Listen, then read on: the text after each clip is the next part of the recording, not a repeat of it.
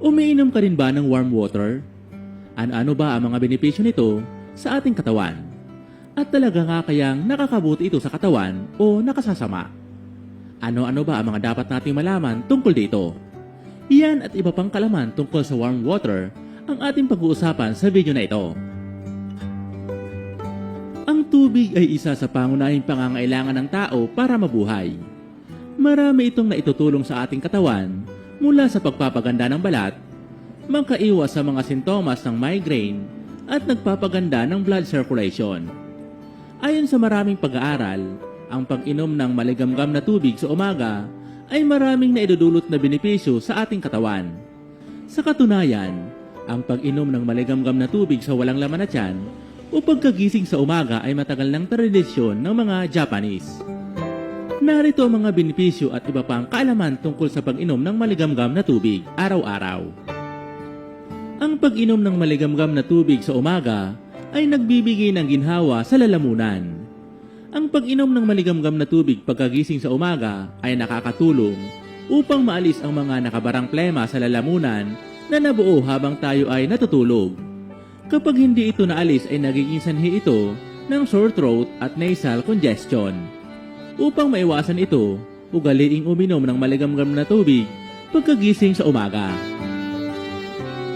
Nakakatulong ito para sa mga nagpapapayat. Ang pag-inom ng maligamgam na tubig ay nakakatulong para maisaayos ang metabolism ng isang tao.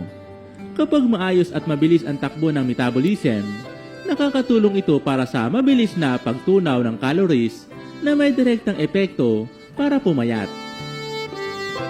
Pumipigil ito sa maagang pagtanda. Ang pagkakaroon ng mga lason sa katawan at pagkakaipon nito ay maaring magpabilis ng pagtanda. Ito din ang isa sa nagiging dahilan ng pagkakasakit. Ang pag-inom ng maligamgam na tubig ay nagpapa-active sa ating endocrine system na dahilan upang tayo ay pagpawisan na nakakatulong sa paglilinis ng lason sa katawan. Ito din ay nakakatulong sa pagsasaayos ng mga cells ng ating balat na nakakapagpakinis ng balat. Sinasabi din ng mga eksperto na ang regular na pag-inom ng maligamgam na tubig ay nakakatulong labanan ang pamamaga ng mga kasukasuan at naiiwasan ang pagkakaroon ng gout. Nagpapagaan ng sakit.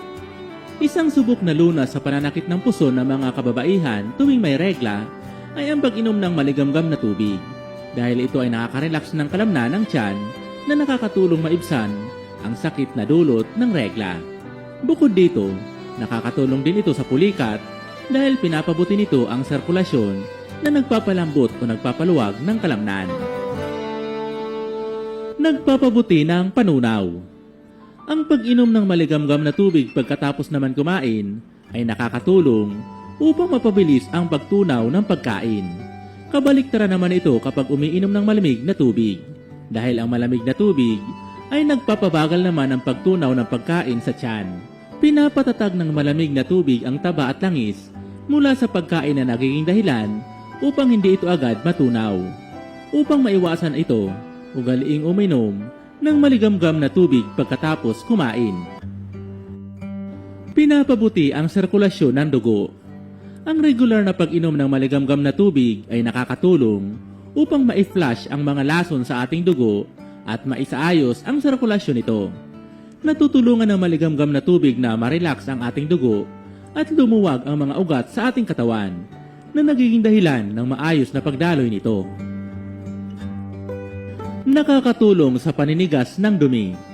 Ang paninigas ng dumi ay resulta kapag nagkaroon ka ng problema sa paggalaw ng bituka, na kadalasan na dahilan ay ang kakulangan ng tubig sa katawan.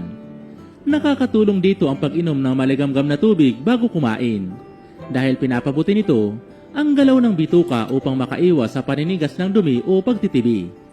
Inirerekomenda din na uminom ng maraming tubig ang mga buntis at nagpapasusong ina. Nakakatulong sa maayos na tulog.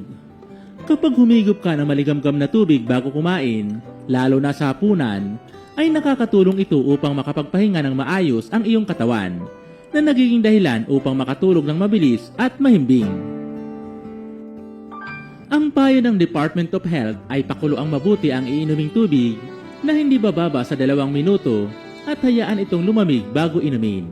Pinapatay ng kumukulong tubig ang lahat ng mga potensyal na mikrobyo na maaring makuha mula sa kontaminadong tubig. Maging maingat sa pag-inom ng masyadong mainit na tubig dahil maaari itong makapinsala sa lalamunan at dila. Gayunpaman, ang pag-inom nito ay epektibo at ligtas.